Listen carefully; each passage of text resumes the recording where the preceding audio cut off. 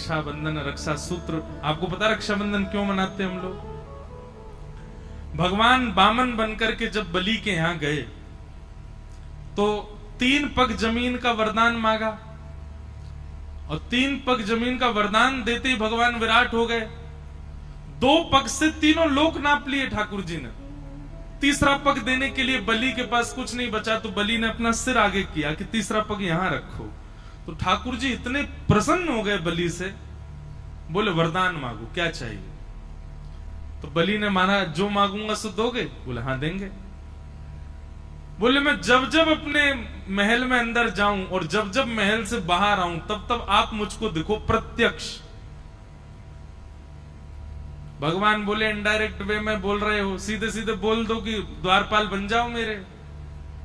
अब तुम महल में कब जाओगे कब आओगे मुझे क्या पता? द्वारपाल कोई द्वारपाल खड़ा रहे उसी को पता रहता कब आ जा रहे हो। बलि बोला यही समझ लीजिए। तो भगवान द्वारपाल बन गए बलि के। अब जब बलि के द्वारपाल ठाकुर जी बने, लक्ष्मी जी को बहुत विरह हो गया। ठाकुर जी आ ही नहीं रहे, बलि के यहां पर द्वारपाल बन के खड़े हैं। लक्ष्मी जी ने आकर के भगवान से कहा चलो। बोले मैं नहीं जा सकता, अहम भक्त पराधीन। स्पष्ट शब्द है भागवत में। ठाकुर जी कह रहे हैं पूरा विश्व मेरे पर अधीन है, पर मैं अपने भक्त के अधीन हूं, मैं कुछ नहीं कर सकता यदि भक्त को मैंने वचन दे दिया तो। लक्ष्मी जी बोली आप वैकुंठ नहीं चलोगे? बोले नहीं चलेंगे, जब तक बलि नहीं कहेगा तब तक नहीं जा सकते।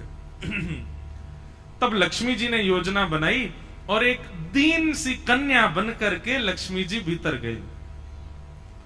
राजा बलि के पास पहुंची तो बलि ने कहा आइए क्या सेवा करूं? तब लक्ष्मी जी बोली कि मेरे कोई भाई नहीं है और मैंने जब से आपको देखा है तब से आपको ही अपना भाई स्वरूप माना है। बलि बड़ा प्रसन्न हुआ, बोले आप भाई मानती हैं तो बहुत अच्छी बात है। लक्ष्मी जी बोली लेकिन ये संबंध हमेशा के लिए हो जाए, इसके लिए कुछ क्रिया होनी चाहिए। तो बोले क्या? बोले मेरी रक्षा की जिम्मेवारी आप लो, आपकी रक्षा की जिम्मेवारी मैं लूं, दोनों बहन भाई की रक्षा की जिम्मेवारी बहन भाई ले में, तब मानेंगे कि संबंध हमारा सुदृढ़ होगा। बलि ने कहा बहुत अच्छी बात है, कैसे करेंगे? बोले तो एक काम करते हैं, हम एक सूत्र आपके हाथ में बांध देते हैं, जैसे आजकल मॉडर्न वे में उसको फ्रेंडशिप बैंड कह देते हैं, या फिर अपने प्रेम का द्योतक हम कुछ ना कुछ भी दे देते हैं। एंगेजमेंट पे अंगूठी पहना देते हैं, किसी से प्रेम हो उसको गले में हार पहना देते हैं। ऐसे ही अपने प्रेम के लिए हम कुछ भी अर्पित करते हैं। लक्ष्मी जी ने कहा कि मैं एक सूत्र पहना दूं आपको, ताकि जब जब उस सूत्र को देखो तो मेरी याद आए कि हाँ मेरी बहन है, मुझे उसकी रक्षा करनी है। और उसके बदले आप उपहार मुझको दे देना। उस उपहार को जब मैं देखूंगी तो मुझे भी स्मरण आएगा मेरे भाई हैं, मुझे उनकी रक्षा का भाव रखना है। बलि बोले ये बहुत अच्छी बात है, लाओ सूत्र बांधो। तब लक्ष्मी जी ने उनको सूत्र बांधा और सूत्र बांध करके दोनों हाथ आगे किया, भैया हमको उपहार दो। बलि ने कहा क्या चाहिए उपहार में? बोले तुम्हारा द्वारपाल जो है इससे हमारा ब्याह करा दो। बलि बोले अरे वो द्वारपाल नहीं है, जगत पिता परमात्मा परब्रह्म नारायण साक्षात परमेश्वर हैं। वो तो मेरी भक्ति से रीछ के द्वार पर खड़े हैं, वो द्वारपाल थोड़ी हैं। बाहर से ठाकुर जी झांक के देख रहे हैं अंदर क्या चल रहा है, मुझे आज बरी करके ले जाएगी कि नहीं। बेचारे ठाकुर जी वहीं खड़े हैं बलि के यहां।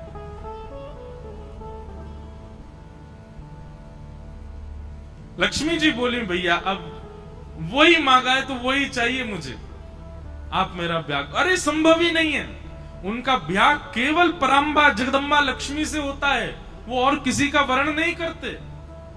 ये कहते ही वो कन्या लक्ष्मी के रूप में प्रकट हो गई। बोले मैं लक्ष्मी ही हूं, आपने लक्ष्मी के हाथों से सूत्र धारण करवाया है, मैं आपकी सदा के लिए बहन हो गई हूं। अब कृपा करके मेरे प्राणनाथ को मुझे वापस करके और भेज दो।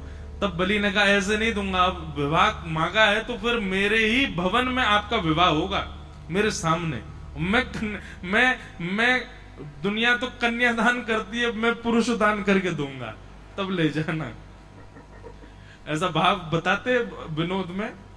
तो फिर ठाकुर जी का विवाह हुआ और जिस प्रकार कन्यादान होता है ऐसे ठाकुर जी का दान किया बलि ने। लक्ष्मी जी को ले जाओ। तब से ये प्रथा है कि श्रावणी के दिन ये हम लोग रक्षा सूत्र अपनी बहन से बंधवाते हैं और उसी को रक्षाबंधन का उस दिन भैया वो साक्षात लक्ष्मी है, उनको प्रणाम करो, उनको वंदन, सब भाई लोग ध्यान से सुनो, उनको प्रणाम करो, वंदन करो, चरण छुओ, छोटी बड़ी जो भी है। और सुनिए, पैर एक हाथ से नहीं छूने चाहिए, दोनों हाथ से छुओ और हो सके तो सर रख के प्रणाम करो, लक्ष्मी स्वरूप मानो। बंधुओं, ये आजकल जो भारत में हो रहा है ना, ये इसीलिए हो रहा है क्योंकि हम अपनी बहनों का ही सम्मान नहीं कर पा रहे हैं, तो बाहर की कन्याओं का कैसे करें? नित्य अपनी माता जी का, नित्य अपनी बहन जी का आशीर्वाद लो, उनके आशीर्वाद से कम पौरुष तो प्राप्त होगा हमको, कम से कम ये सम्मान करना तो सीखेंगे हम। इसलिए भैया ये रक्षा सूत्र, रक्षाबंधन का त्योहार खूब प्रेम से आप लोग मनाइएगा। और जो जो माताएं बहनें यहाँ पे कर सकें, जाते जाते जिसको भी भाव लगे, एक एक सूत्र पंडरीनाथ भगवान के चरणों में भी दे जाना। इनसे बढ़िया भैया कौन होगा? बहुत बढ़िया भैया हैं। इसी नाते से सही आपको बार बार आना भी पड़ेगा, हमारे भाई हैं शिव पंडित। और यहाँ तो अवसर है, बाकी मंदिरों में तो आप सूत्र बांध ही नहीं सकते, पर यहाँ सूत्र तो शायद ना बांधने दे, पर सूत्र को उनके पास तक पहुंचा तो दोगे। इनको ही भाई बनाओ। तो हे मोहे नाते अनेक मानिए जो भावे।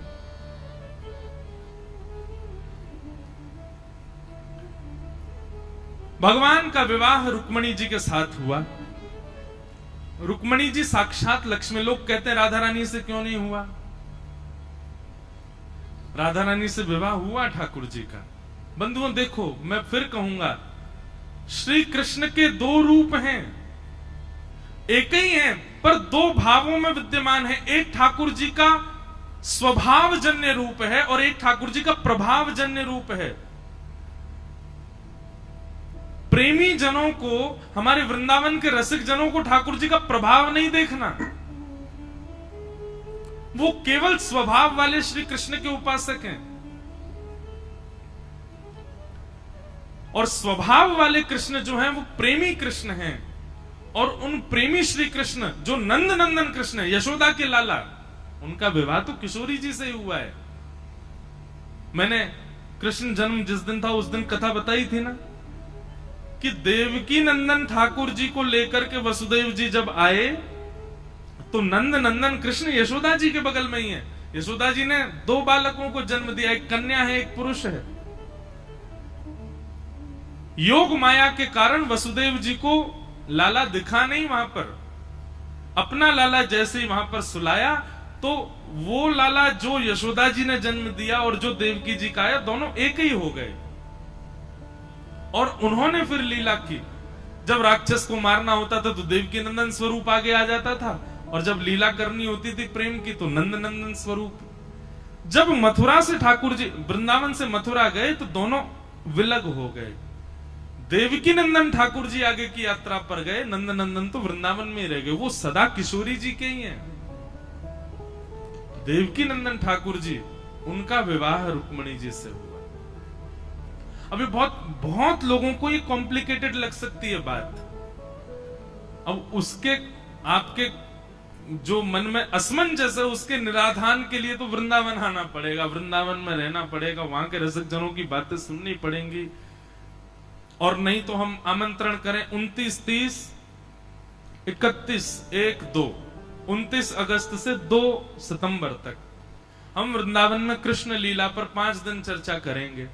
वहां इसका और विस्तार से प्रवचन करेंगे, वो सुनना अगर आ सको वृंदावन तो। 5 दिन केवल ब्रज लीला कृष्ण लीला रहेगी, तब हम और विस्तार से बताएंगे। तो नंद नंदन श्री कृष्ण का विवाह तो किशोरी जी से ही हुआ, देवकी नंदन ठाकुर जी का विवाह रुक्मणी जी से हुआ। ये एक बात। दूसरी बात, किशोरी जी ठाकुर जी से विलग नहीं है। किशोरी जी कौन है? ठाकुर जी की ही आह्लादनीय शक्ति है।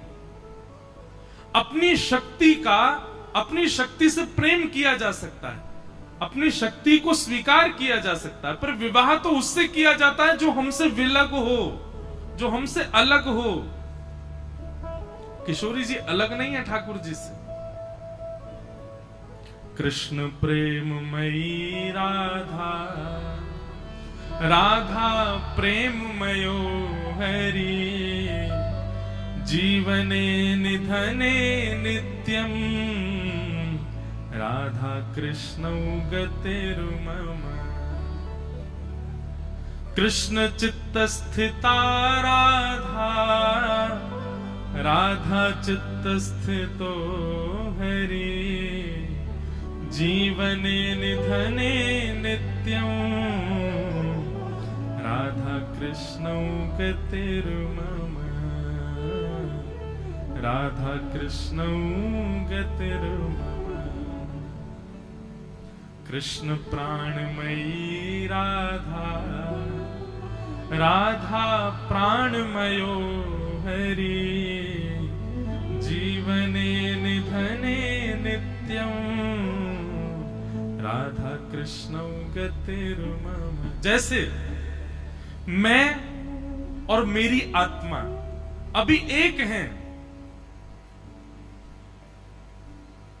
पर श्वास रुक जाने पर वो आत्मा अलग हो जाएगी। ठीक वैसे ही किशोरी जी ठाकुर जी की आत्मा है। लीला संवरण के लिए वे दो रूप धारण करके विचरण कर रहे हैं, नहीं तो किशोरी जी अलग नहीं है, ठाकुर जी में ही है। एक प्रकार से ऐसा कह दूं तो कोई अतिशयोक्ति नहीं। रुक्मणी जी का विवाह कृष्ण से हुआ, रुक्मणी जी का विवाह किशोरी जी से भी हुआ है। किशोरी जी और कृष्ण दोनों सम्मिलित रुक्मणी जी के वर्ण करता है। ये बड़ा गूढ़ मूल रहस्य है, इसको समझना बहुत ऊंचे स्थिति की बात है, पर यह वास्तविकता है। किशोरी जी अलग नहीं है ठाकुर जी से, वो प्राण हैं। वो प्राण तो सदा अंदर ही रहते हैं, चित्त में ही रहते हैं। और सबसे बड़ी बात, विवाह उससे किया जाता जो आपसे अलग है, विचारों में अलग, देह में अलग, आत्मा में अलग, सब चीज में आपसे अलग है। अलग वस्तु को स्वीकार किया जाता है, पर जो अपनी है उसको थोड़ी स्वीकार करते हैं। इसलिए प्रकट भागवत में विवाह का वर्णन नहीं, पर गर्ग संहिता आदि ग्रंथों में किशोरी जी से ठाकुर जी का विवाह हुआ। ब्रह्मा जी ने कराया, बांडीर वन में कराया, खूब आनंद से कराया, उसकी पूरी कथा आती है।